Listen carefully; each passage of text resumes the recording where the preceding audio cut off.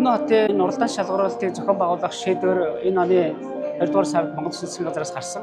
За энэний дагуу сонгон шалгуулах зарыг олон улсад түгээгээд за ингээд нийтдээ 43 баг бүртгүүлсэн аль байсан. Дэлхийн хотууд шинэ хот байгуулахдаа олон улсад одоо ийм төрлийн уралдааныг зарлаж за олон улсын нүдээр олон улсын хот төлөвлөгч нарын дэвшүүлж байгаа идей санаанаас хамгийн чухал гэдгийг тоо улс үндэстэн өөрөө тухайн хотынхоо төлөвлөлтөнд авч хэрэгжүүлдэг ийм олон улсын жишээ бол маш олон бий.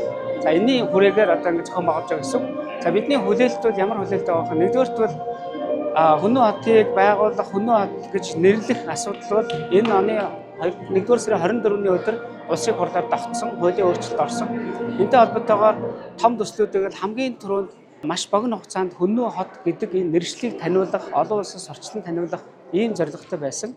За энэ хүрээнд бол бидний одоогийн авсан мэдээллээр бол энэ 1 сарын хугацаанд олон улсын нэр хүндтэй энэ мэргэжлийн байгууллагын хооронд Хүннү хотын уралдааныг зарлахад бид бол 34.1 сая хүнд хүрсэн гэдэг ийм статистикийг авсан байгаа богино хугацаанд.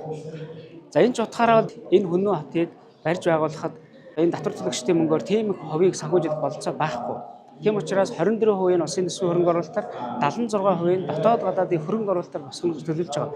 Энэ хүрээнд богино хугацаанд Хүннү хотыг сурчлах, хөрөнгө оруулагчдын анхаарлыг татах энэ ажлаа өөрөөс зохион байгуулж ирсэн. Хоёрдугаарт нь мэдээж 24 багаас бол гайхамшигтай юм санаанд гарна гэдэгт бол итгэлтэй байна. Хотынхоо төлөвлөлтөнд энэ шилдэг санааг авч хэрэгжүүл цаашаага одоо явах ийм шаардлагатай байгаа. За 21-р зуунд бид нар хот байгуулж байгаа учраас нэг онцгой зүйл юу гэхээр бид бол хүн төрөлхтний өмнө бас адилхан дүүр хүлээж байгаа шүү дээ. Ухаалаг ногоо энэ чиг хандлагад явах хэрэгтэй.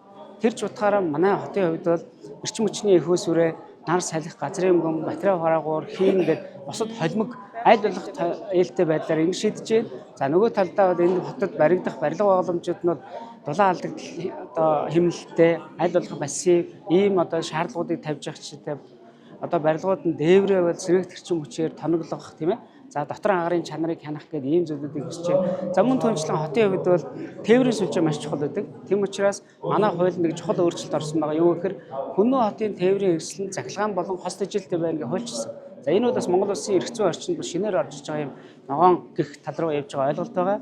За мөн түнчлэн одоо усыг дахин ашиглах, хогийг анханасаа ангилж ялгаж ирээдүйд эрчим хүчний хөөсөр болгох.